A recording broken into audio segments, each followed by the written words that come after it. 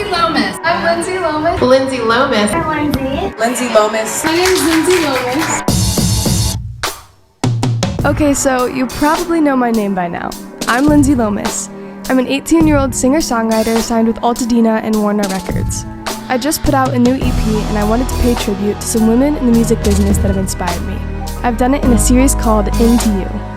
It's been a crazy ride so far and I hope you stick around to follow my journey. This is episode 3, Ayla Tesler-Mabe. Count up all your brothers, then just make a wait. Slow motion. Hi, Ayla. Hey, how are you? How are you? Oh my gosh, it's so good to finally talk with you again. It's been so long. Yeah. How are you? I'm good. I think what keeps me going in these times is thinking about all the great times of the past, like when we hung out in Nashville. That was amazing. Yes. Oh my gosh. Yeah, looking forward to doing that in the future. And you know what? Things are good. I'm all right. Yes, I know. I was just thinking about it. I was like, okay, we've hung out several times. I feel like we got dinner that one time, and then I saw you play in Calpurnia, which was amazing. That was so fun. So it's so great to finally talk with you again. It's been like 2 years. Oh, I'm so glad. Awesome. Oh, sorry. Go ahead. No, I was going to say awesome. Let's jump right in. I feel like I still have so much to learn about you. So you were born and raised in Vancouver, correct? This is correct. Yeah. Amazing. Well, I was in Calgary in the prairies, and then 3 years later moved to Vancouver, and I've been here ever since. Gotcha. Yeah. Amazing. So what was the community like there? Well, I think the best part of being in a place like Vancouver is the fact that so many people come from so many different places and, bring so many cultures and like roots with them. And I know for me, I grew up in a family that's like very culturally Latin American and Jewish. And then a lot of our close musician friends also sort of grew up in that community, and we were all creating music together. But at the same time, there's so many other musicians from, all over, which is amazing. And then I feel like there's still like that kind of like indie surf pop vibe to the music scene here too. Like that's what a lot of bands play. So it's kind of like laid back but vibrant, and yeah, it's a nice place. That's exactly what I've heard. I've always wanted to go. I feel like so many musicians I love have stemmed from there, and it seems like such a cool place to be able to go and do music. It's awesome. But so I guess obviously you were around a lot of different types of people growing up there, but what was your family like? Were they musically inclined? What did they listen to growing up? Well, I think musically inclined. I know they'd be humble and say no. They don't necessarily play any instruments, but they both have really beautiful voices. And like my dad's always, taken like African hand drumming classes and like Afro-Cuban style classes, which is awesome. Yeah. Yeah. And then growing up, just listening to, a lot of what they listen to. They love classical music, but then there's been a lot of like my dad's favorite music, like folk music from Argentina. Like last night we were listening to Sosa for like hours, and she's just it's so fun. Incredible. Yeah, and tango, Astor Piazzolla, Carlos Gardel, all of those amazing people. But then like classic rock stuff. Like my mom, I asked her the other day actually, because I was curious. Her favorite bands, classics, the Beatles, ELO, Beach Boys, the Stones, Queen, all of those people. Yeah, kind of like all that kind of stuff, which is great. That's amazing. So you definitely had a lot of different influences growing up and a bunch of different tastes around you. That's awesome. I feel like I'm kind of the same way in that my parents would definitely say no to being musically inclined, but they've always really appreciated music a ton. And my mom played like a little bit guitar, and my dad did a little bit of saxophone. And so it's definitely like growing up just around people who appreciate it is enough. Like just to have those influences, amazing. Yeah, that deep love. That's awesome. Oh, I also mentioned, because my dad, I know if he sees this later, he'll be like, why didn't you mention this? My dad did the trumpet in high school, and he's very proud of that. That's so funny. My dad would do the same thing, because I'm like, he played saxophone in high school, but it's worth a mention. Of course. Exactly. Well, awesome. So I know you're an incredible multi-instrumentalist, and you've played a ton of different instruments growing up. It's incredible. And I just heard that you started with cello. Is that correct? It is correct. Yeah. I was fantastic at it, but I loved it. Right. Yeah. That's awesome. So when did you start? And I guess you've been working, I'm assuming, since you were a little kid. And how many instruments can you play now? Good question. I guess it depends on what you define as like being able to play an instrument, Right. like proficiency, right? Like, Yes. if I spend enough time with certain instruments, and like, let's say I'm in the studio trying to figure out a part, like I'll be able to hack my way through it. Like I've played the vibraphone on some Ludic tracks and some keys and percussion, No way. and all that, which I'm very proud of. I was excited. You should be. No, I feel the same way. I think there's definitely, I think for all musicians, it's like you kind of start off just being like, I'm going to fiddle with this. I don't know if I should call myself a pianist or a guitarist, but I'm just doing it. And I think that's how you become, talented in one area, is just being able to pick something up and mess around with it. And so when it's like, when you're listening, which instruments you actually play, it's like not too straightforward, because it's like, I'll pick up a ukulele and like have fun with it, but I would not be good. I wouldn't hire myself for a gig. I would not hire myself. Yeah. But that's the fun of it. For sure. It totally is. It's just so much about like exploration and having fun. And yeah, I think like guitar and bass, I feel pretty comfortable with those instruments. I think I'm a competent drummer for the stuff I like to play. Again, I wouldn't hire myself, but if I'm in the studio doing multiple takes, like, okay, it could work. But totally. I mean, if you called yourself not a guitarist, I don't think anyone really could, because you're incredible. You own that instrument. So is that your favorite to play, or are you kind of, of course. Yeah, I think, there's something about the guitar that just really, I don't know, it speaks to me on a spiritual level, I want to say. It just, I love so many instruments, of course, but yeah, the guitar to me is just an instrument that like moves me to my soul. And then I just love playing it, so much because, I mean, I can hear that in your playing. It's 100% passion. And I think it comes across super easily, even through a video. I'm like, what? You're definitely born to do it. It's amazing. But yeah, so you have played in a few bands, most notably Ludic and Calpurnia, which I've seen play live. Is amazing.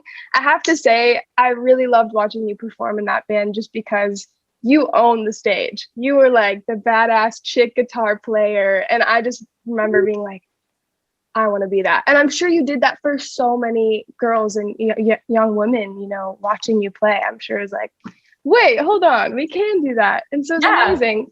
But I've always worked as a solo artist. So I'm kind of curious, what's it like working with others and forming a band and being more collaborative in performance and in songwriting and in every aspect of your music together?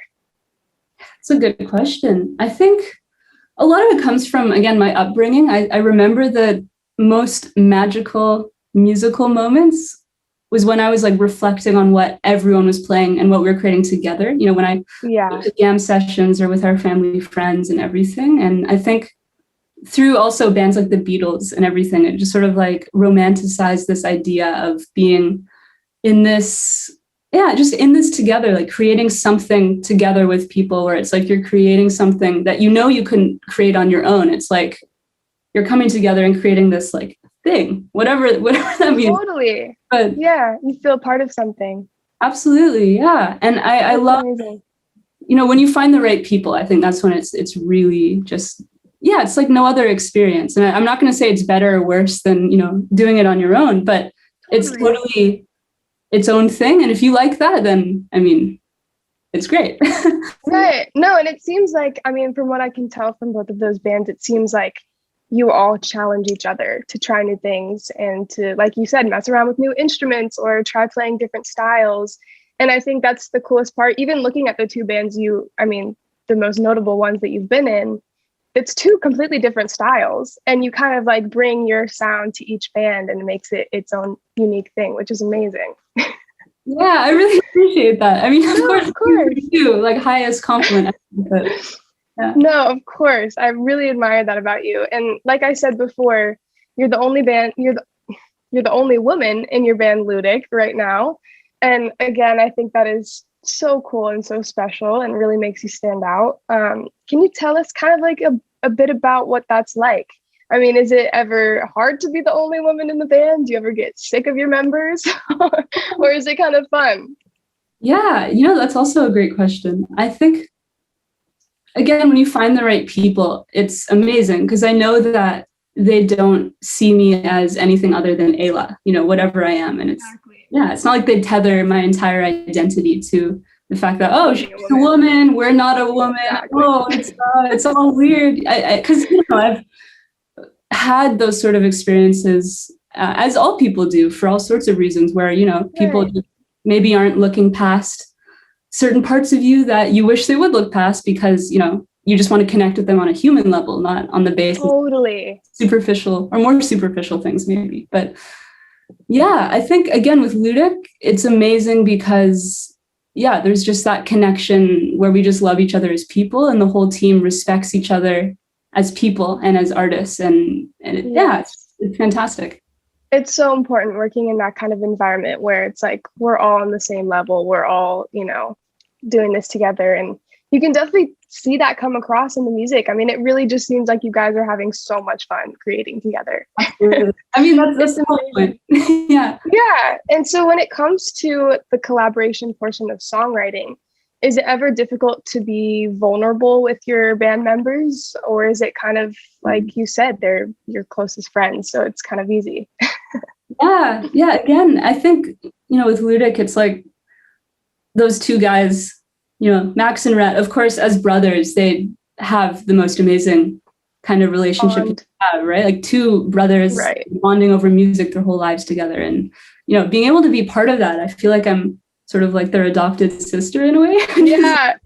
Nice. And, we've I love seen it. each other cry. We've seen each other angry. We've been there for each other in like incredibly happy moments. Like we've been vulnerable with each other. So it's like, I mean, songwriting, I think, needs to come from a place of, total honesty and oftentimes vulnerability. And because I'm able to be like that with them, it is just like a perfect kind of environment to be open and write together. And it works perfectly for that reason, I think. So, I'm sure it's easy for it to translate into the music because you're already, so close to those guys. It's awesome.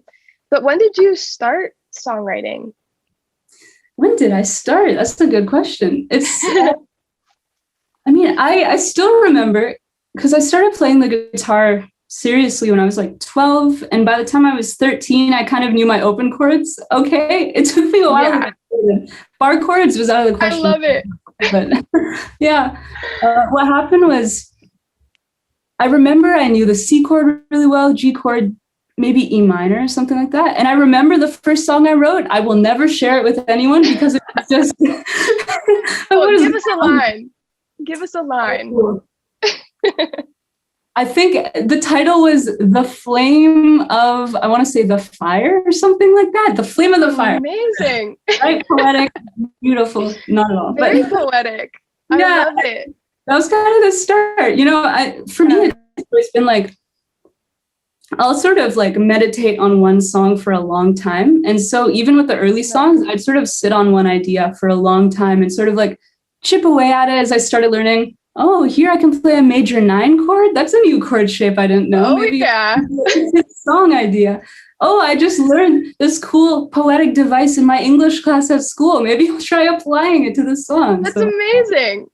That's so funny. I was kind of the same way where like it took me learning guitar first to really get into songwriting because I feel like once you can kind of mess around with chords and melodies and then you can build the lyrics off of that. And I was the exact same way where it was always like the simplest open chords and then you slowly grow. But I feel like I was always so eager to just like be able to sing and play. Like that's just what I wanted to do. And I think it's awesome how you are so guitar driven in that like you can take a solo and blow everyone away like and do it on its own, be the lead guitarist too, which is incredible. So how did you transform, learning these basic open chords while you're songwriting to being able to riff and lick and do all this crazy awesome stuff? Were you just like so eager to learn that? Absolutely. Yeah. I think what's interesting is when I first started, I mean, I kind of even subconsciously knew that I needed to get to songwriting at some point. Like that needed to be sort of like the ultimate, place to get to. But at first it was all about, listening to my favorite solos ever and thinking, this just makes me feel like everything I love about being alive almost. And it's like, I just want to do that. I need to do that. I need to learn how to do that. And it was like an obsession, healthy obsession. I love it. Very healthy. Yeah, right. And I think as I sort of got more and more into that, I just started reflecting on the fact that, like, of course, you know, an amazing guitar solo and an amazing sort of moment of expression on the guitar is, of course, amazing and beautiful, and it can move people. But it's almost always an amazing, you know, guitar performance in an amazing song that actually like stands the test of time. And it's like, a great way of okay, yeah, I can write a great solo maybe, but I need to write a great song. Otherwise that solo has no place. So that's amazing. That's when I need to get into songwriting. I love it. No, that's amazing. I think that's the best way to do it. I mean, taking from your influences, and I'm sure the list for you especially is extremely long, but who are some of your main influences, your main artists that kind of helped influence you and shape the style you have today? Well, 100% Jimi Hendrix back there. For I was going to say. I mean, I am inspired by him in pretty much every way possible, like as an artist. The way he, again, you know, he was an unbelievable guitar player, but he was also a revolutionary songwriter and lyricist in many ways. Yeah, just the whole thing. Huge fan. And then, you know, people like B.B. King, for sure. I want to say Wes Montgomery and like Joe Pass and those people as well. Oh, yeah. Santana. I mean, the list, as you said, like it's so hard to distill it to the number one. Forever. But, yeah, I think like, you know, number one list of all time, those people I listed, Stevie Wonder, 100%. I mean, the Beatles, I've always been in love with the Beatles. And yeah, I remember watching you cover the Beatles like years ago. I was just blown away.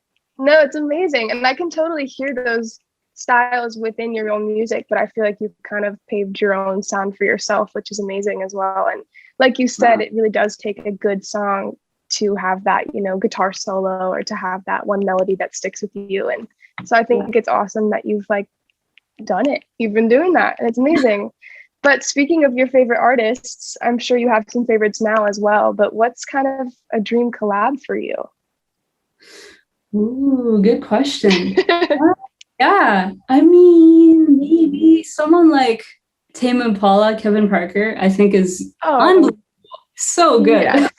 As a songwriter, as a producer, huge fan. I mean, Frank Ocean, huge fan. Of course. So many people. I mean, of course, like obviously people like you, I'm going to say Jacob Collier, Eddie Benjamin, all those kinds of people. Like, oh, yeah.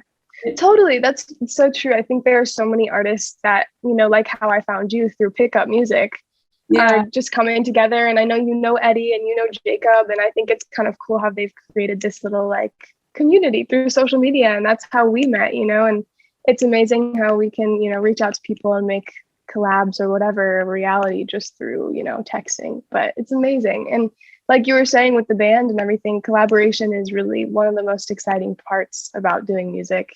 Absolutely. And I think, you know, over this past year, it's been really hard to not have that. But luckily, through social media, we can still, you know, communicate and have that sense of community in a way. But I also know that it can be a little stressful having, you know, a social media presence. And I know that you've gotten a ton of amazing comments and amazing admirers and supporters. And do you ever kind of measure your success to that, or do you have a different idea of success in your head?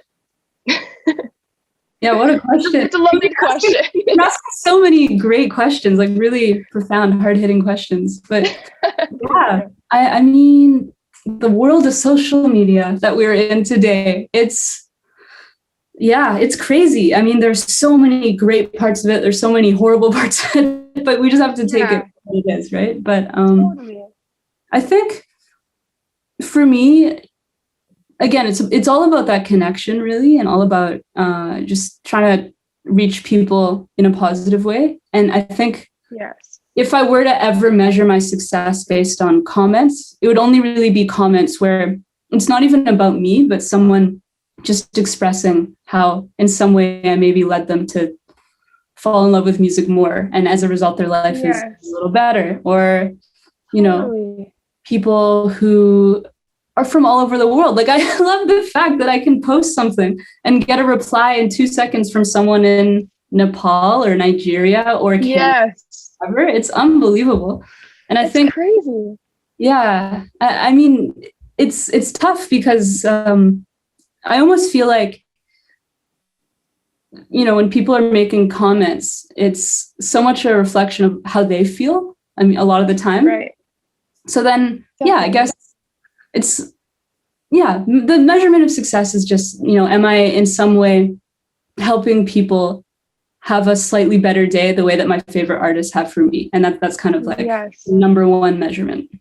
No, it's perfect. And I totally feel the same way. And I think, coming from the fan standpoint of just being a fan of you and what you do and seeing, knowing you through social media too, I think you do an amazing job of really being yourself and being super just fun and, chill. And I think a lot of people take social media very seriously, especially when it comes to Instagram. And I think you've kind of been really grounded throughout the entire, time that I've known you. And it's really amazing. It's very inspiring.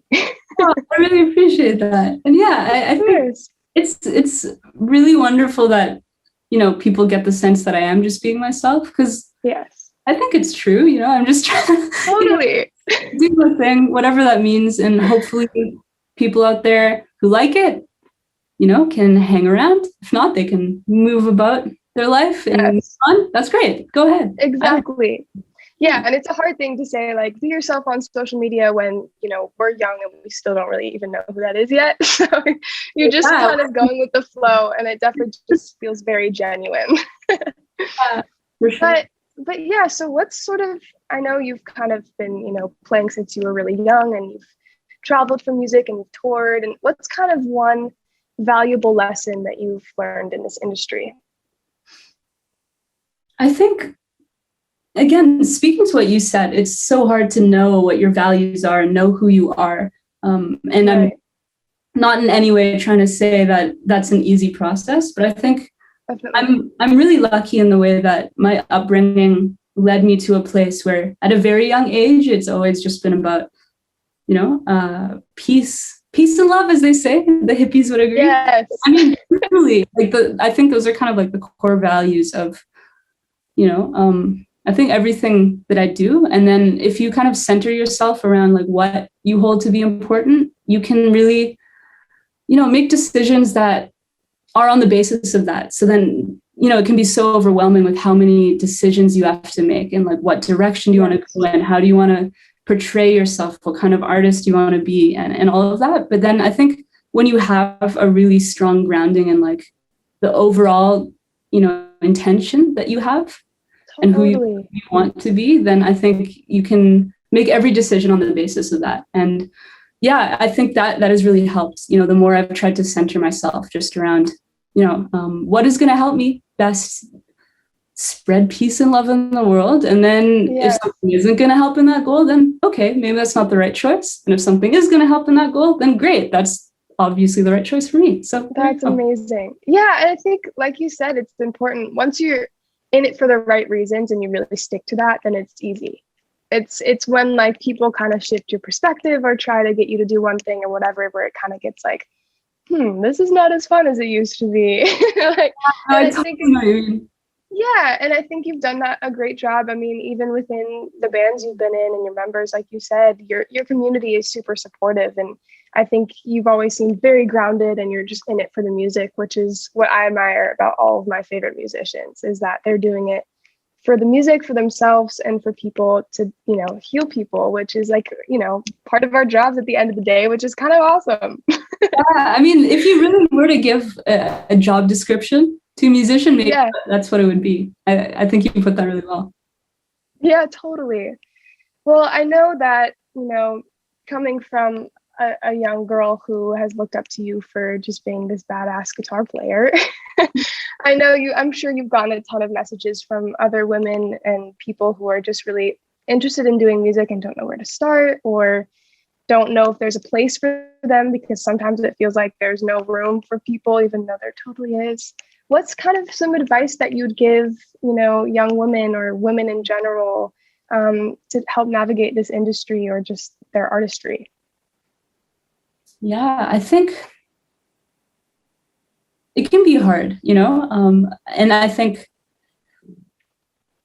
I don't want to just say that, there are definitely people out there that you'll find who will respect you, because I don't want to just naively say that everyone is equally in the position to find, people who are going to treat them the way they deserve to be treated. But Right. I guess for me, I've just been so lucky that I've been able to find those people. And then, if I ever encounter people who don't treat me, the way that I know I'm supposed to be treated, then it's like, okay, distance myself. I'm glad Yes. I came across you because you're also a person and I respect you. If you don't respect me, but then I'm going to just keep surrounding myself with the right people. And I think, I think there are a lot of good people out there. And I just really hope that, everyone has opportunity to find them. Because Definitely. I've been able to find them. And I think that's helped me in the times when I felt like, oh God, I'm surrounded by people who aren't treating me right. And maybe I'll never find those people. But then I've sort of kept, so determined to see if they are out there. And, eventually I've been able to find those people. And I think another thing too, again, this is way easier said than done, but right. But if you get so good at your craft that that if someone says to you, oh, you suck, oh, you have no idea what you're doing, you can say, no offense, but you're the one who's, projecting something onto me. Because, of course, I totally would understand if people don't think that I'm at the level of other people that they admire, or that I'm not the best they've ever heard, or they hear flaws in what I do, because that's totally understandable. I'm by no means perfect. Right, of course. But I mean, I know I'm at the point where if someone said, oh, you suck, and it's because you're a girl, it's like, okay, there's no logical basis to this. I'm not going to believe you. I know I don't suck because I've been practicing, thousands of hours. I might not be the best by any means, but I mean. Nobody's really the best though. Yeah, no, that's so true. And I think it's so good to get to that point where you don't let those comments really affect you, because I know that it's really easy to get caught up in that and to really take that as the truth when really there's no basis behind those kind of comments. And so it's amazing that you stick to your craft and you keep learning and you keep working. And I think as far as finding people who respect you like you respect them, it's really a gut feeling. You kind of can feel when someone's not going to be the best person in your life. And it's the same way in the industry. I think you just kind of feel when it's like, oh, this person is awesome and I want to continue working with them. And I think you've definitely found that with your community. And, like we said, it's not the easiest thing to do, but you just keep looking, you keep meeting people, you keep, working on your craft, and it happens. It really does. Yeah. But and I think as well, along with social media, it's easy for women in general to get really competitive with each other, just because for some reason we're told there's one spot for one singular girl and there's no room for anybody else. And so I think that's a big pressure that we kind of have to deal with. And obviously from seeing you on social media and even meeting you, I think you are such a supportive human. And I think you do an incredible job of supporting other people like yourself. And is there ever sort of a pressure or kind of a jealousy between, social media? I think whether in music or not, there's always some sort of they're doing something that I'm not. Why am I not doing that? Do you ever feel that? And if so, how do you deal with that? Yeah, I definitely, as much as I hate to admit it, do feel that competition sometimes, just with other musicians who are doing amazing things in their career. And then I think, oh, I'm not where I want to be. And then it's really a matter of perspective, because I know that I have so much to be grateful for. And I'm someone who's been lucky enough to have so many opportunities that I know other people could easily have, and I don't think that I'm where I am solely because, oh, I'm the best. Of course I work hard, but of course I've been incredibly lucky too. And it's totally coming together of those. And then, when I look at other people, it's just really challenging myself to, just feel happy for them, because they do deserve where they are as well, because they do work hard and they have, been clearly, they're in love with what they do just as I am, and they deserve everything they have. And I think it doesn't help anyone to be competitive if we're trying to create a world where, of course, just where people are happy, right? The more we lift each other up, the more I think beauty there is in the world.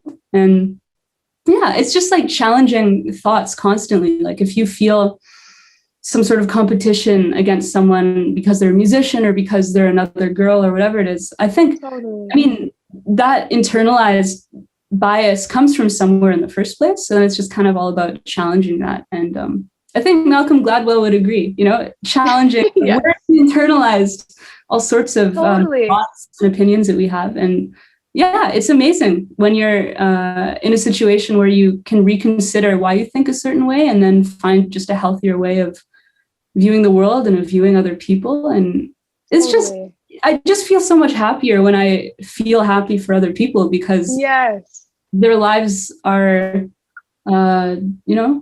just as, I don't even know where I was going with the sentence. Impactful as yours. No, totally. Yeah, of course. And I think it's so important to kind of like confront those feelings, because I do the same thing where it's like you can scroll through something and see somebody's doing this and you forget about all the amazing things that you've done. And you're like, hold on, I have a lot to be grateful for.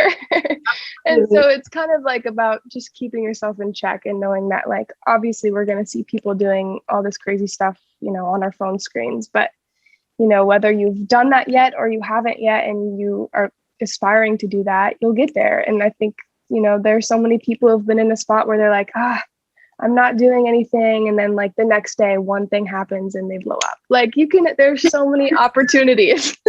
And another thing too, that's interesting is, to an extent, all people are very, conscious of what they're portraying on social media. And there's obviously a lot of keeping the good things and, hiding the bad things. And then what's funny, you do that yourself, but then you see other people and you think, oh, they don't make mistakes. I've never seen them make a mistake. Exactly. So it's funny. It's so true. No, it's so true. But I think it's amazing kind of your social media presence and the support that you've given people. And it's amazing to talk about this as well, because I feel like we are kind of made to all get competitive with one another. And like, there's obviously some sort of thing rooted behind that. And so it's amazing to talk about it and just be like, hey, I'm so happy about what you're doing and where you are and that kind of thing. And just be able to, connect with people on that level is so important. But my last question, I kind of ask this every time, because I think as young women entering this business, obviously you've been in it for a bit. It can be scary. And I think it's really important for us to use our voice and, do what we love and really portray that in whatever art we're creating. But what has sort of been your biggest struggle so far? And what really inspires you to keep going past that? Yeah, there have been many struggles for sure, but I think the one that really comes to mind, just sort of related to what we were speaking about a moment ago. Yeah. Especially when I was younger, I think all in all, I've been shocked at how many people there have been that seem to actually respect me for what I'm doing, that I wouldn't, actually immediately assume would, because I'm sort of, I'm playing guitar. A lot of the music that I have been playing, especially when I was younger, is, sort of the classic rock of the male rock gods of the past, right? And it's sort of like, I was expecting that a lot of people would be offended. And there have been a lot of people who actually just respect what I'm doing. And they're like, I appreciate you as a musician. Of course. But that being said, of course, there are also a lot of other people where, either they'll explicitly say, this is offensive to me. I can't believe how disgusting it is to see you doing something that women are not supposed to do. Or, of course, sometimes less explicit than that. But I think, again, especially when I was younger, sometimes I was really discouraged by, how I felt like, because of the fact that people were, viewing me as a girl, they were not going to take me seriously. And, there is I was surprised, actually. I've had some very productive discourse on my YouTube. I don't often discuss things on there, but there was one video where, the shirt I was wearing was a little bit tighter. And, all of a sudden I woke up and I checked and there were just hundreds of really like objectifying comments. And Wow. again, it's interesting, like that line between, people appreciating like, oh, I find you attractive, I think you're beautiful, all that kind of stuff. I'm totally okay with that. It's fine. People can express that. And of course, the line between that and, okay, this person clearly doesn't care that I'm holding a guitar in my hand and that I'm wanting to share music and that I've clearly put thousands of hours in. They do want to dehumanize me, and wow. Yeah, especially when I was younger, like when I was 15, I remember I had, for the first time, a video of mine kind of go viral on YouTube. Yeah. A Led Zeppelin cover song. And I'm sure I've seen it. Yeah, that's awesome. Yeah. And of course, again, there were a lot of really wonderful comments from people who just, appreciated the music. There were people who didn't appreciate the music, but that was just from a musical standpoint. That's okay. But then, it was really scary to see, like, I put in the top line of the description, I'm 15 years old. And there were these people who were clearly... You made it aware. Yeah. And comments that, I mean, it's like, how is that okay? And it's not, but yeah, I think it was discouraging, but at the same time, you start to realize that those kinds of negative comments are always going to exist, whether it's on the basis of your gender or a number of other things, right? And so, again, perspective, like it's so easy for that one comment out of 100 to stick with you, even if you get 99 awesome comments and you get one that's like scathing, that sticks with you. But then I guess it's sort of like the best thing you can do for your mental health is just focus on the people who do appreciate what you do, because again, it ties back to that overall intention of like, I just want to make people's lives a little better. And, those are the people that I'm creating for. And if people can't get past the fact that I'm a girl or whatever else it is, then I support anyway. I hope that their lives get better, because that's probably a reflection of something that they feel. And yeah, for better or for worse, on the internet, you kind of become a punching bag in a way. Like I can tell when someone's had a bad day and they just need somewhere to rant, and they have my video and they go at it, and it hurts sometimes, but hopefully on a good day you look at that and you think, I just am sending love to that person. I hope that their life gets better. And that's amazing that you have that mentality, because I think it can be really easy to just get so upset by that. And also I'm guessing, and I know for a fact that it's really aggravating when someone says something like that and you've worked so hard on creating this masterpiece, and then they don't even think about your actual music, and it's just about your looks and whatever. And I think that's something that women experience no matter what kind of work they're doing. I think people just focus on the wrong things sometimes. And I think one thing that kind of motivates me when that happens is just being like, I'm going to prove you wrong. Like, I am good at this, and it's not, I'm not worse because I'm a girl. I'm not better because, you're looking at me. Like, it's literally just getting to be like, I'm going to do this for me. Yes, I am what I am. I'm going to do this for me and the people who actually care about what I'm creating. And I think it can be really hard to get to that mentality if, you focus super hard on those negative comments. But it's super important that you do, because it can be really hard and you can get stuck and, with creating. But I think, you're incredible. And I don't really think of you as like a female guitar player or, a woman. Like, you're just a guitar player, and you're a musician and a songwriter, and you're incredible at what you do. And I just have to thank you so much for coming and sharing all of this. I mean, as I told you, because I messaged you earlier, like, I mean, it really is such an honor that you wanted me to be part of this, and just getting to speak with you is a pleasure as always. And you're the best. Yeah, I'm a huge fan of you, right? It's thank you. Yeah. Well, it's so great talking to you after all this time. And I have to thank you so much again just for sharing your time and your wisdom. You're the best, Ayla. Thank you. Yeah. Thank you so much. Bye.